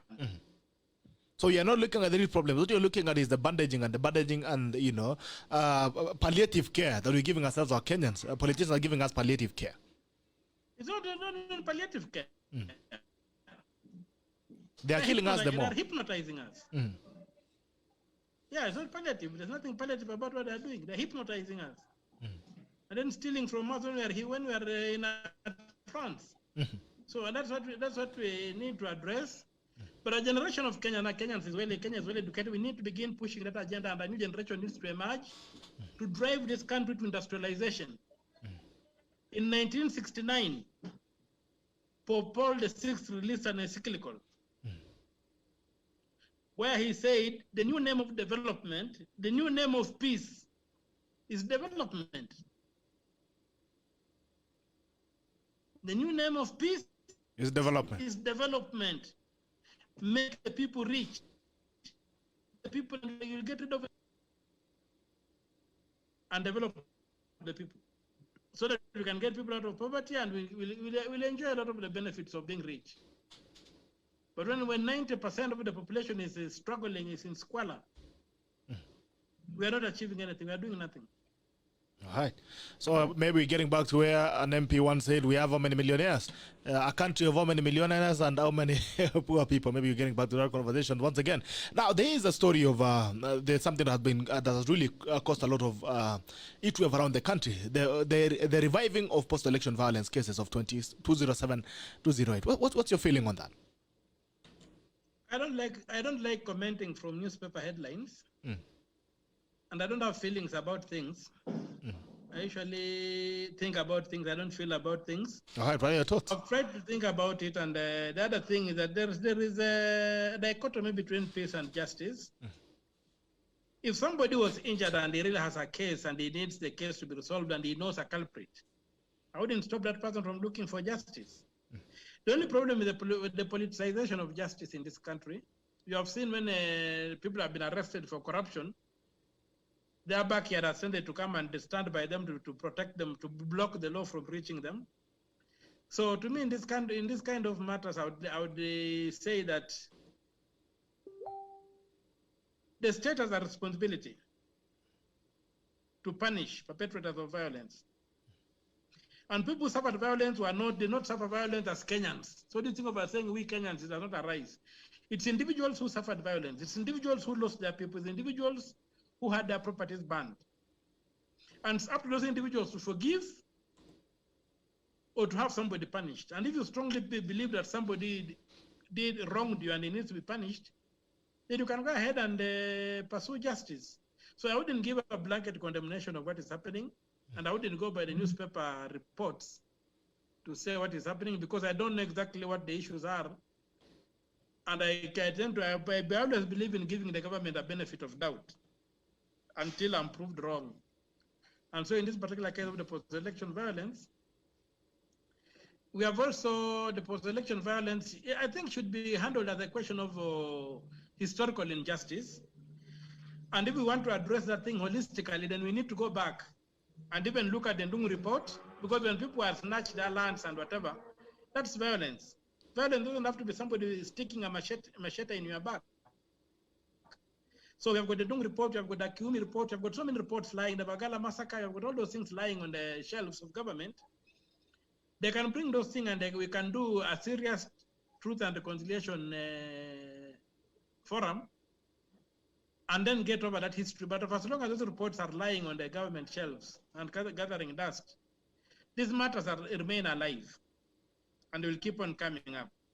So I think if the government of Uhuru Kenyatta is determined to get to the bottom of this cyclic violence that we always encounter, I would ask the president to also look at the other report, to look at the other reports and have a holistic approach to the whole issue, instead of leaving this issue lying there and gaining momentum, maybe to be misused like a ticking bomb. We get to the root of this thing and say, these are the mistakes that this country has made. As a country, we have reached this resolution. We are going to forgive, but there will also be going to be restitution of this nature to the victims who have been identified and documented properly. So that's how I would address the whole thing. I would not get into a condemnation based on newspaper headlines, social media, and the kind of things. I don't know what the government is doing. All right, that's what you think of the same thing. Now, let's look at you've mentioned the reports. We have a lot of reports in this country. The same way you have an influx of laws, we also have an influx of reports. And there's a convenience of picking the reports that matter. When you talk about the things that you talk about, for instance, is historical injustices, it has a basis all the way from independence. You're talking about Dunguland report that has been done on land. There has been even the Waki report on 2007, 2008 elections. Even when you're talking about picking all these things and picking regions where you want to revive cases on where you feel that people are aggrieved, what informs where he's picked and where he's not picked? Why Eldoret? Why not Naivasha? Why not Kisumu? Why not every other place that we feel that these things will happen? And why the convenience of reports? Why are we not talking about addressing the whole historical injustices in the country? Well, I think where to start is not important. You can start anywhere. Because you cannot start everywhere at the same time. You need to start somewhere. But if you publish a memorandum showing what you are doing, it might get rid of all this confusion that might be coming up. So I think maybe what requires is that Kenyans needed to be prepared for what was happening. Maybe there was a failure in communication, and tell us that we are going to address political violence around ethnicity and politics, going backwards, beginning with the latest, going backwards to the 1963. Then that way maybe it would be possible to let Kenyans know that there's a program, so that those questions of saying why Nakuru and not Loitoktok does not arise. Because we would know that we are beginning in Nakuru and we shall end up in Loitoktok. So maybe there's a failure of communication from the government, and it needs to give us a communique and say, this is what we are going to address. But for as long as those reports are not addressed and they have unearthed issues and they are in the public domain, then they become fault lines that work against a cohesive society.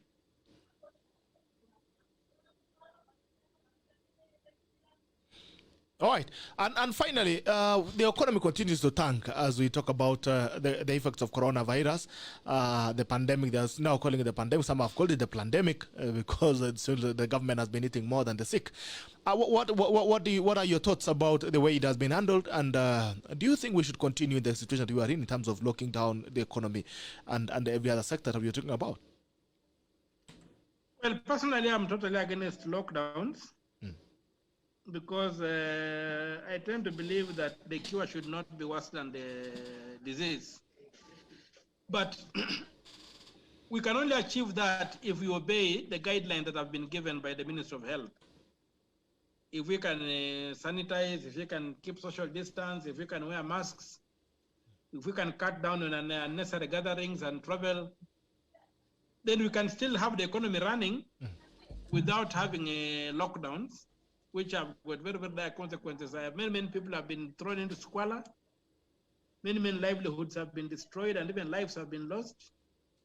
So I would really say that if we became responsible and just adhere to the guidelines that have been issued, we can avoid the lockdowns.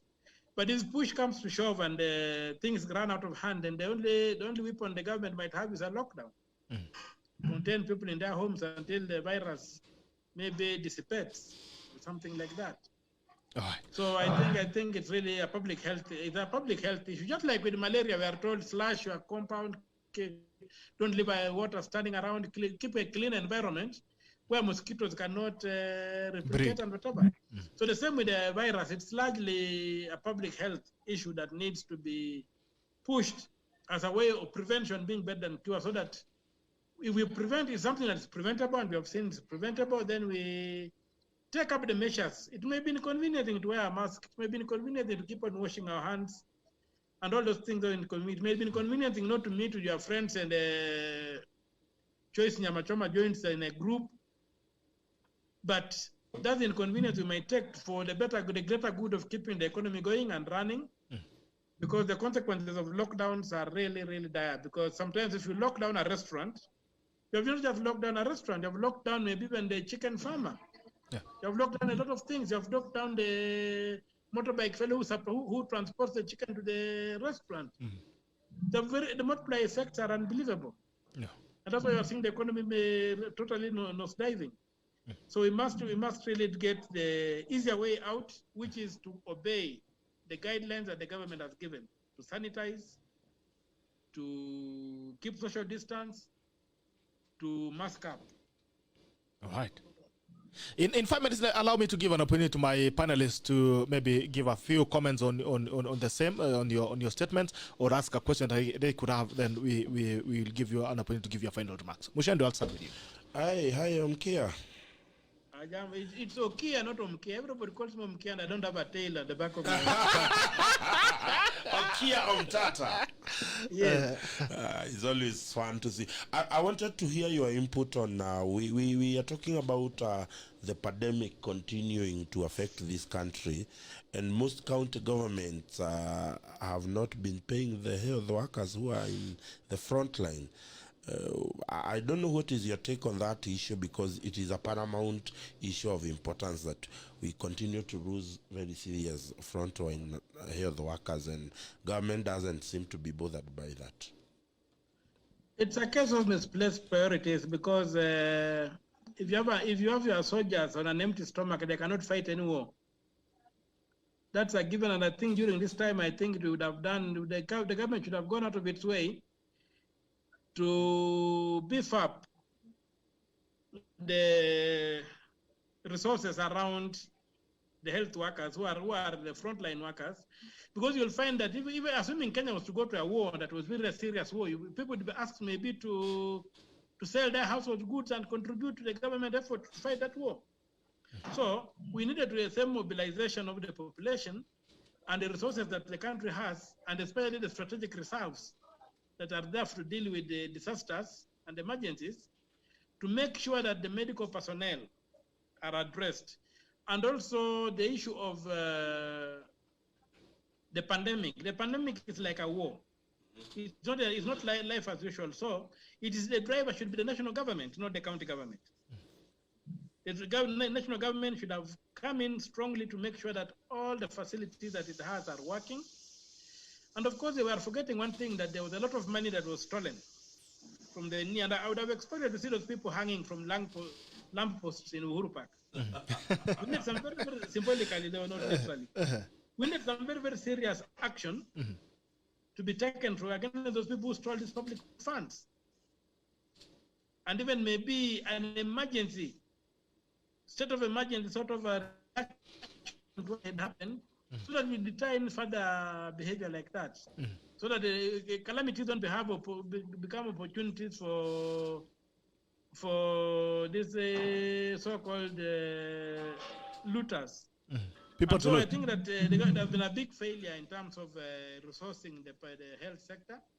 But all is not lost. You can still go back and do that and resource the health sector, resource whatever. And in the long run, I will also expect the government to address the question of veterinary officers. Because if you realize this virus has come from animals, so we may need the veterinary officers also we beef up our veterinary officers. We look at the areas like meat inspections, which have been ignored, and many people are getting very old and they might be retiring. We look at all those things so that public health becomes the forte of our health policy. So that curative health only kicks in where public health has failed, not that curative health becomes the first line of response. And so I think that has been the failure. And even before you go to the medical workers, that is still curative. We should be doing a lot much more to prevent people from falling sick, to prevent people from getting the virus before they even get to the health workers. And that's where the real war is. So when you get the health workers, it's basically a failure of the defenses have been breached. So you are basically like roping up to react. You have lost the proactive war. All right. Ben, your question or comment? Hello, Mr. Okiya Omtatah. Good morning. Good morning. Jambo sana. Mine would be, what do you think? What's your take on the government's plan to tax the civil servants in order to create a pay kitty for the unemployed? It's not the first time they're taxing people for certain things like those, because if you look at the catering levy tax, what is it aimed at? If you look at the sugar tax, when you buy your sugar, there's a tax on it that ends up in the sugar belt. They were supposed to end up there. If it ends up, I don't know, but supposed to end up in the sugar belt to develop the sugar industry. You see, the fuel levies. These taxes are there. If you look at the fuel tax for the roads, you see. So if the purpose is genuine, and the politicians and our parliamentarians look at it and agree, so the justification is what would matter. But not to raise money saying you're going to raise money for employment, and then it ends up maybe, even if it's not misused, it ends up building a road. You see, or it ends up doing, although the road might also be seen as a means of production for employment. So the question of taxing for a specific purpose is not alien to the tax regime in this country. What requires is the justification and the management of those taxes. That's how I would look at it. But in terms of just tax, I think Kenyans are heavily taxed.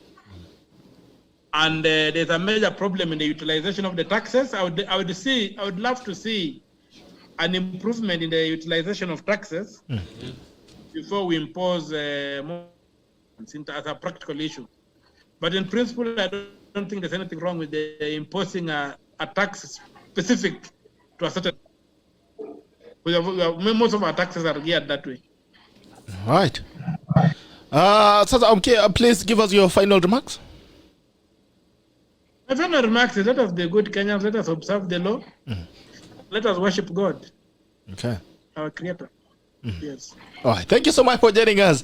We hope to see you again. We would love to have an interview again with you at your convenience because we want to tap more into. I'm seeing some comments here. People are really impressed about what you're talking about. Rafael Kiplimo says, Okiya has always been Wanjiku's savior. Naona Jimwangi anasema they will steal the money. Also seeing Fred Kimpaya says, this man Okiya, my all-time honest civil rights activist. Abbas Ngore says, industrialization and we do not even have drinking water in every part of the country.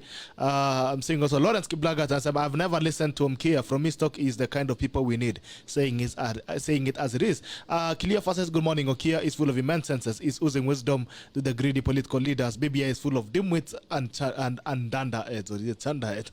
Natale Mongaro says, watching the good discussion. Okiya, Lavuna. Aluta Konya says, enjoying the show from Coventry, United Kingdom. Keep the good work. Asante sana. Franco Petro, good morning, watching from Cape Town, South Africa. Okiya, it's good to have you. We hope to see you again. I'll come to your office and have an interview with you. Thank you so much, Okiya. Have a blessed day. You're welcome. Asante sana. Anytime. Nashukuru. Asante. You're welcome. Have a great day. Bye-bye. And, all right. Thank you so much for the guys who have contributed to the conversation that we have been having. Asante sana.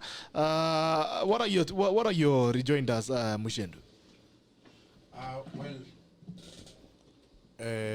One thing I like about Okiya Omtatah is he's as honest as they come, and it is good to respect his opinion on matters.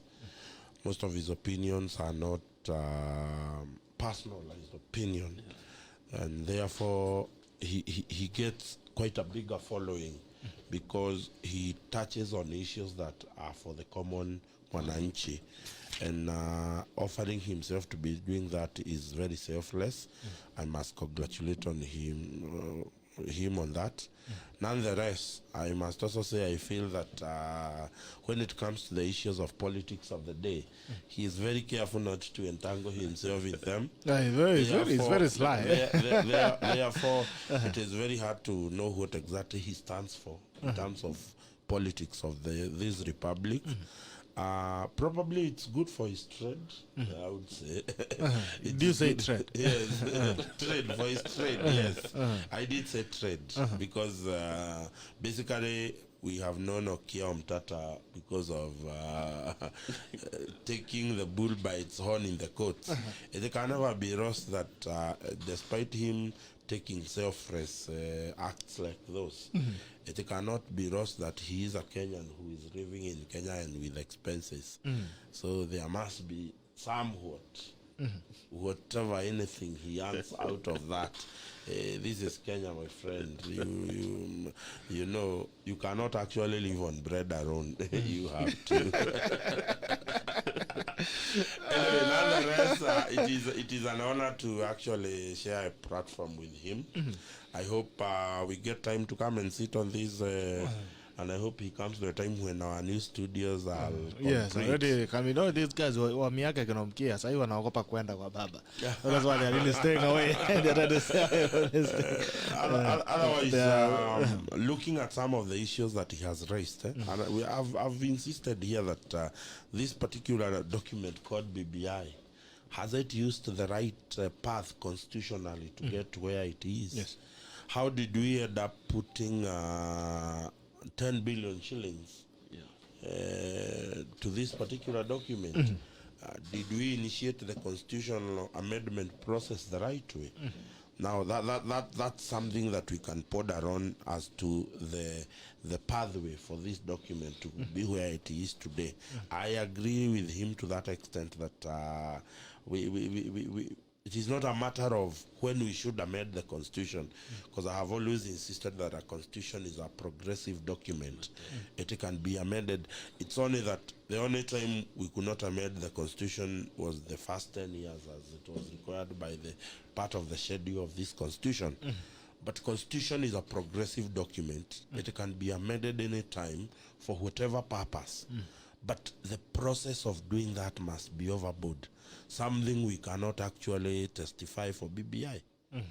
The path under which BBI has used to get where it is It is a path that is extra-constitutional. It is a path that has a lot of questions to ask. The financing, the process of appointing people. Have we reduced our constitution to the feeling of individuals? That His Excellency the President feels that if he feels he needs to amend the constitution, he will call me and him, and then we agree to amend the constitution of the Republic without involving 50 million Kenyans. It is not a wonder his own NIS has said 19% are the only people favoring the constitution. And you look at that 19%, these are who is who in government plus their foot soldiers. Some of them are here, they get paid 527 shillings a day. 527. Unajua nilikuambia hawezi pitishiwa hapo. Because wenye wanawalipa, they don't pay tax. Therefore they cannot pay them enough money to attract tax. Ndio maana unasikia haifikagi 530, 527. 527 na hiyo ni ya juu, ni ya kutoa. So I think I agree with Okiya Omtatah that this document, in fact, we have done it a lot of justice to actually interrogate it, because it has not gotten here through the right means. It has not gotten here through the right way as prescribed in the Constitution. And there is something paramount that he has touched, that this country, the first thing we should have dealt with was come up with an amendment, a referendum, a constitutional referendum act that prescribed the process of doing a referendum. Today, we are free-flopping because we do not have a clear indication in our constitution. This constitution does not clearly indicate the process of doing a referendum. Because I believe if we are, this republic is a commonwealth, we belong to a commonwealth of nations. And therefore, our constitution and our system of government are based on the commonwealth institutions. And it is important we look at the referendum acts that are provided for in other commonwealth countries. And if you look at them, the UK and other countries, you realize that they only have an issue-based referendum. That we are amending the constitution, this protective clauses of the constitution are being amended to expand the executive. Let that come as a question in the referendum. We are expanding the representation of the Republic of Kenya. Let it come. The issue of the 70 MPs. Who the hell tells you that we will create 70 new, we are going to provide for 70 new members of parliament, and then they go further to say that parliament will enact legislation on how their entry to parliament will be. It is the most idiotic thing I have heard. Do you know the reason why they don't want to talk about creating new constituencies?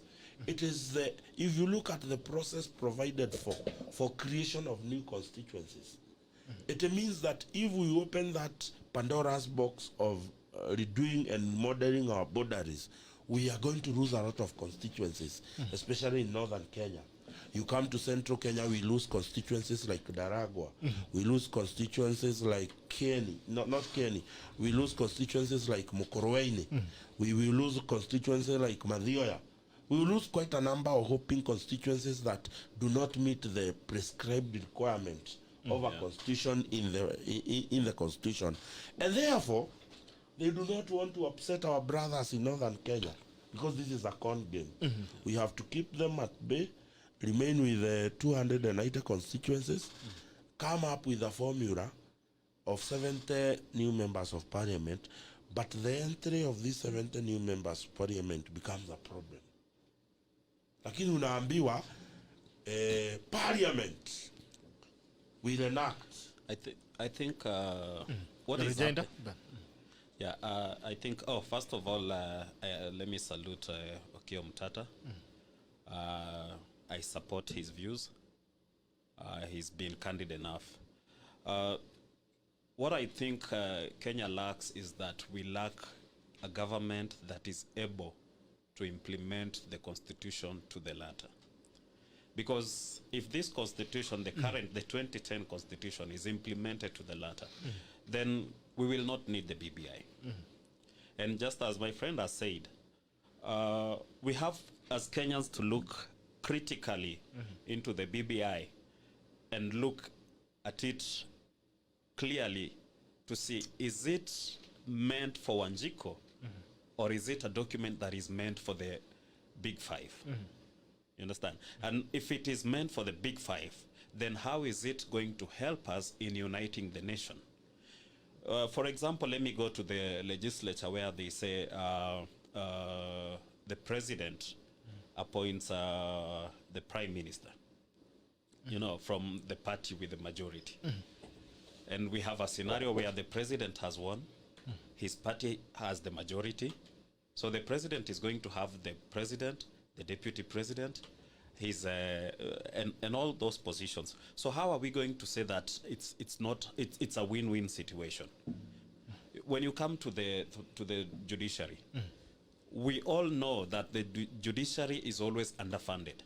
So we add up the ombudsman, which, if you look at it critically, the ombudsman is supposed to be the president's watchdog. You know, it's just there to try and destabilize the independence of the judiciary. So these are things that Kenyans have to look at critically, analyze critically, and also ask themselves, why is the rush? Because I do not see, if people are raising issues and they are saying, we are not against this BBI, but we just want it to be considerate. You know, we have had the pastoralists coming out. We have had the farmers coming out. We've had the church coming out. You know, what is so hard in just having these people and saying, this is the time frame, so you bring your views, let us agree together, let us work together. And that way, the way Uhuru wants to live a united country, it is going to give him the best legacy ever. You understand? Yes. Because look at it this way. We passed the BBI. It is enacted in part of the constitution, but it fails to be implemented. Then what happened? Does it solve the winner take it all? Does it stop post-election violence? No. So, to me, clearly, as Githendo has said, this is a two-people project, because looking at it clearly, even if you saw the statement that was given during the handshake, it was not signed as President Uhuru Kenyatta and Raila Odinga. It was signed by Uhuru Kenyatta and it was signed by Raila Odinga. Not even his party Jubilee or not even his party ODM. All right. Now, the story on the Standard, on the top page of the Standard, on the headline, it says COVID-19 tax goodies to go as Kenya grapples with a big debt. Worst financial crisis, Kenya is running empty. The country is under pressure to repay billions in debt. The shilling is weakening and counties are broke. The government is facing tough choices. Now, we have been given some tax incentives during Corona period. Now, the government believes that it is broke, but Kenyans are not broke. They want to remove these strategies. I mean, what does this do? What does this directive mean? Let me give you an in-depth of how broke this country is.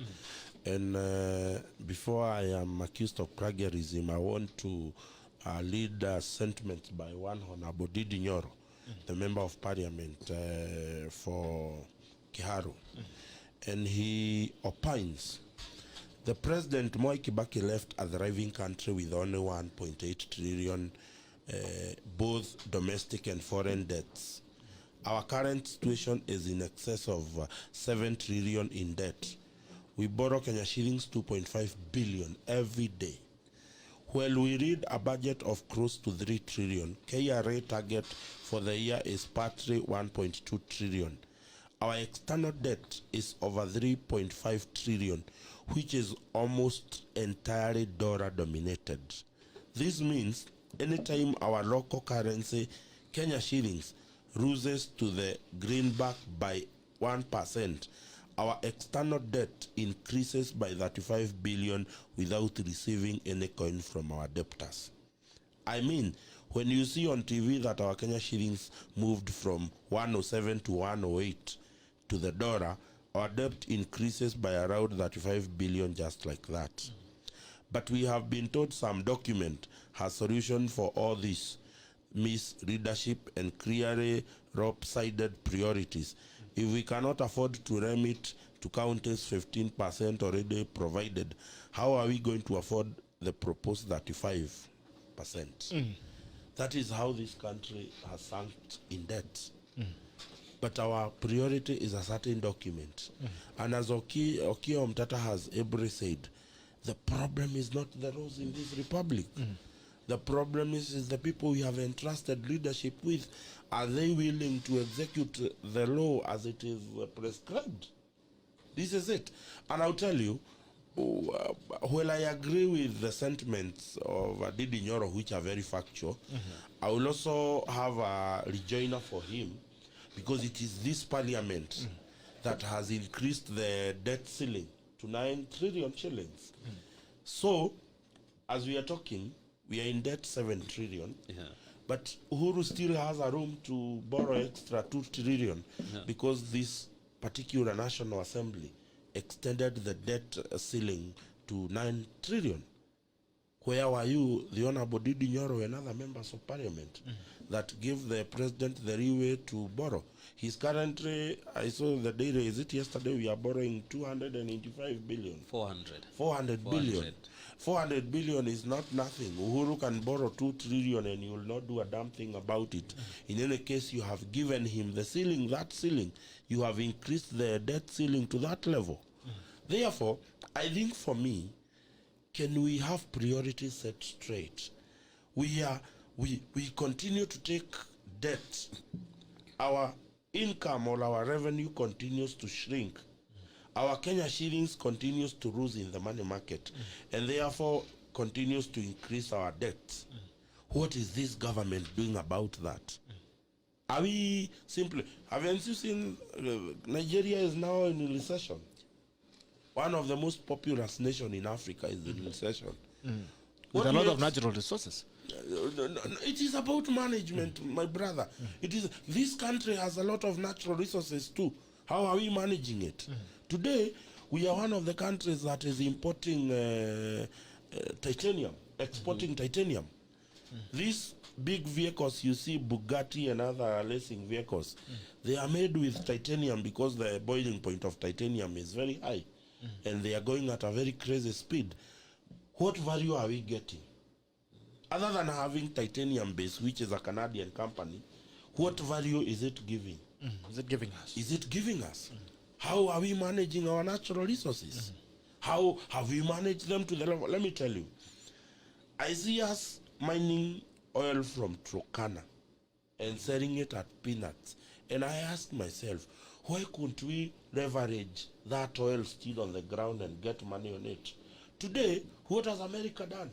America does not mine its oil until there will be a necessity to. But they have taken money on those oil fields. Money, that oil is still in the ground. They are not using it, but they have leveraged that oil to get financing of programs. Why can't we? Today, I will surprise you, Bitok. The biggest water reservoir in the Eastern Central Africa is in Turkana. The biggest water reservoir. It is lying there. It is not helping the people of Turkana.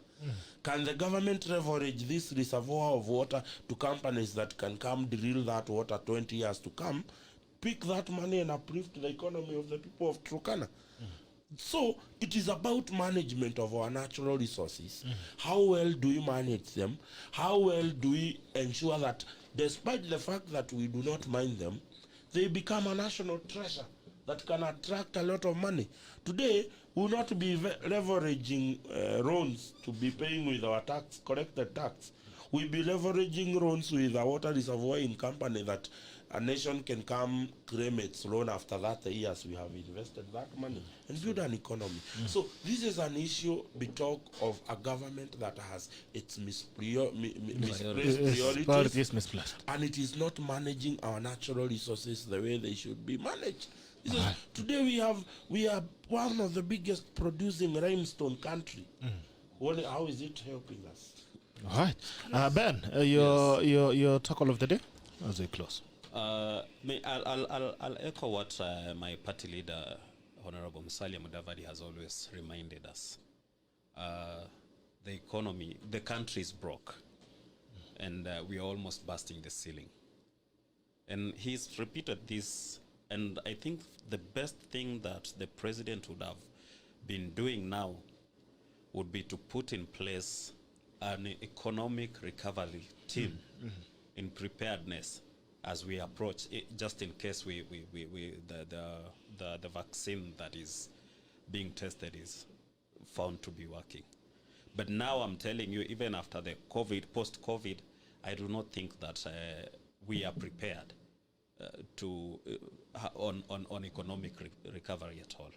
So my take as per now is that I think Kenyans have just to brace ourselves for more hardship times ahead, because sincerely speaking, we are on our own. Because if you look at it that way, for example, if you were to send your grandmother 1,000 shillings, you know, you are sending it minus the charges. You understand? Yeah.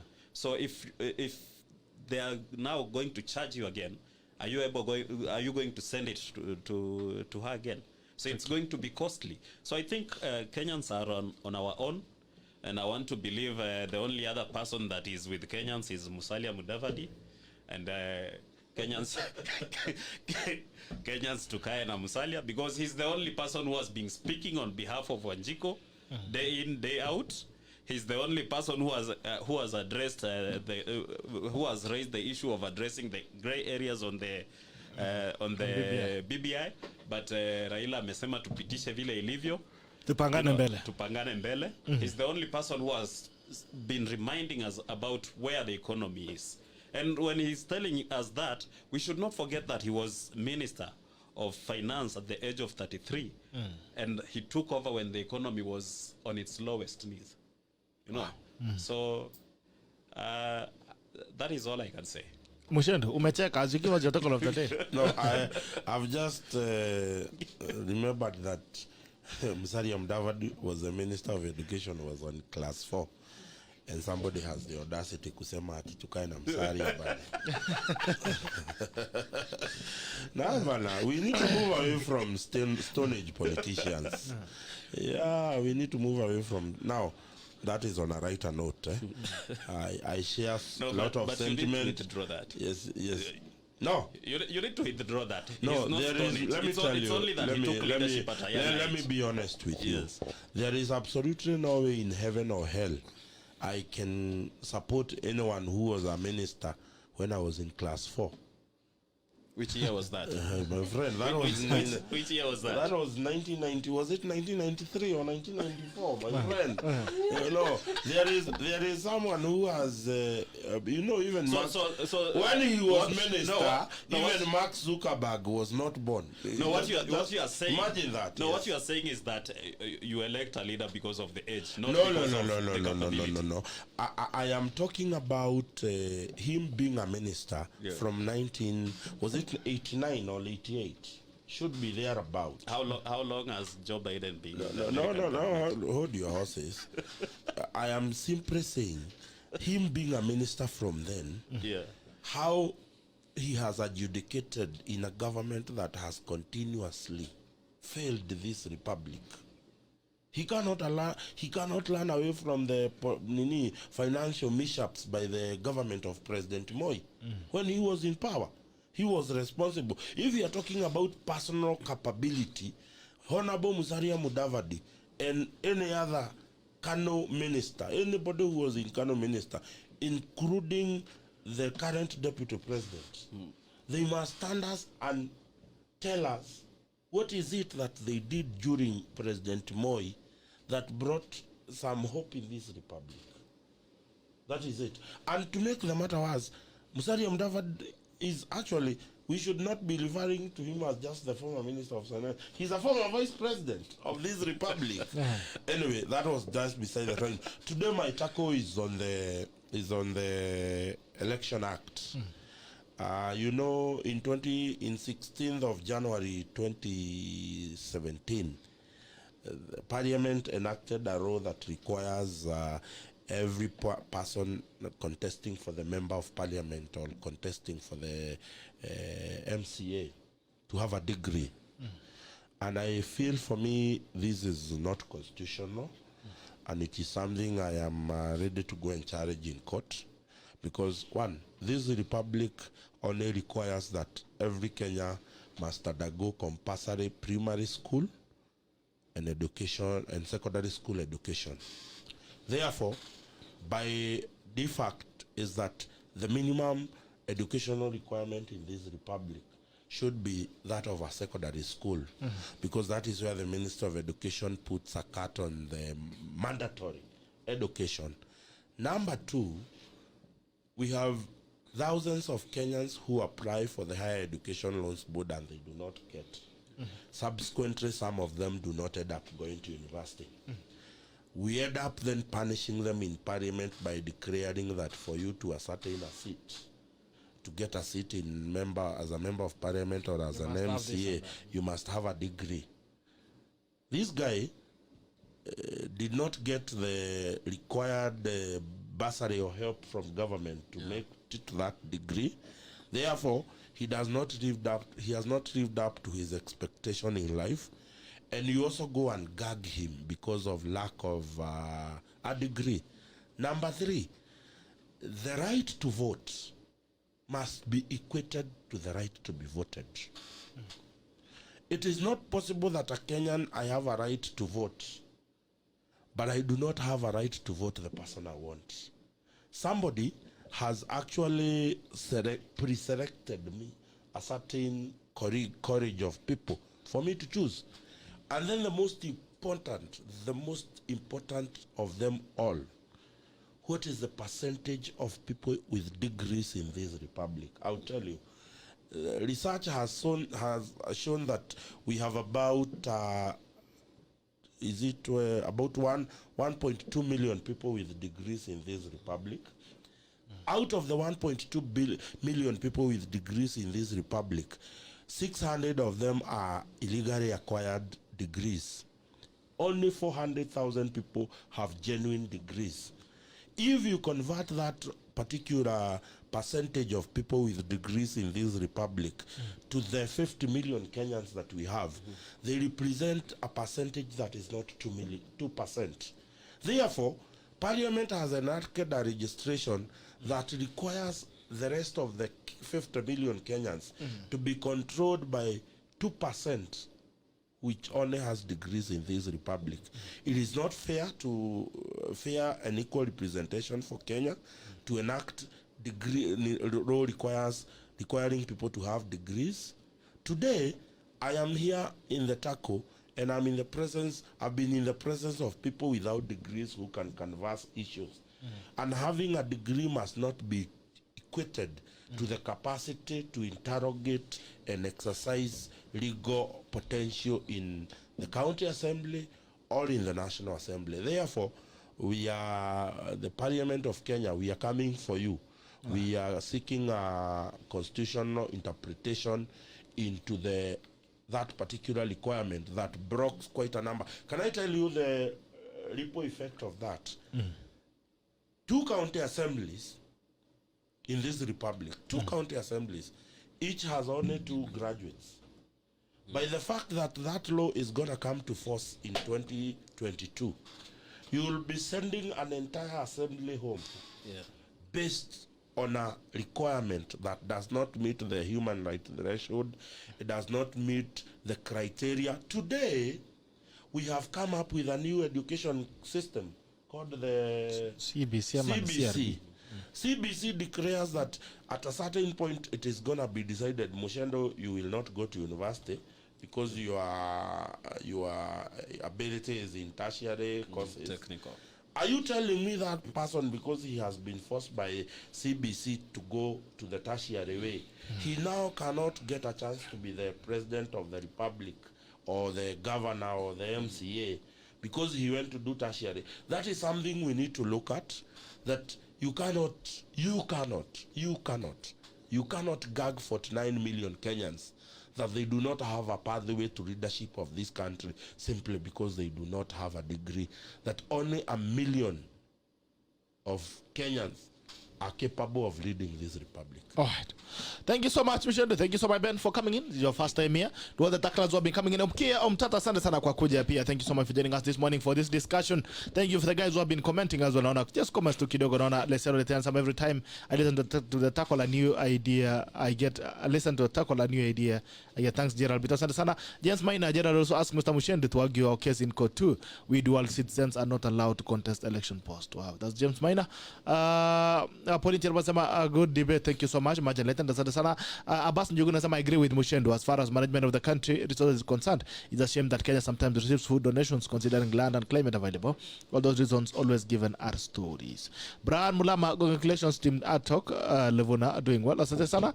Naona ametetea mdosi na majamaa Mudavadi wanajianga sana kutetea. Asante sana mheshimiwa Mike Sugut. Abbas Njuguna sama BBI is a scam period. However much it is discussed, dissected, soaked, spiced and marketed or linked, it will never pass. Charity Kito sama Lokdina, asante sana. Kibrano Science in Australia, job keeper will be extended by 6 months. Coronavirus supplement will be extended to 1 year. Job trainer skills package to give hundreds of thousands of Australians and upskilling them into sectors with job opportunities. In Kenya, BBI manenos, BV cases revived. Oh, that's interesting. That's an interesting space to be in. Naona Paris in some morning team. Paris, umechelewa sana siku hizi. Asante, thank you so much the tacklers who have been in. It's all a pleasure to have you. And I hope to have you again tomorrow. Thank you so much for your time. This is The Tackle. And The Tackle ends now. I'll see you again tomorrow. Thank you. Bye-bye. We love you.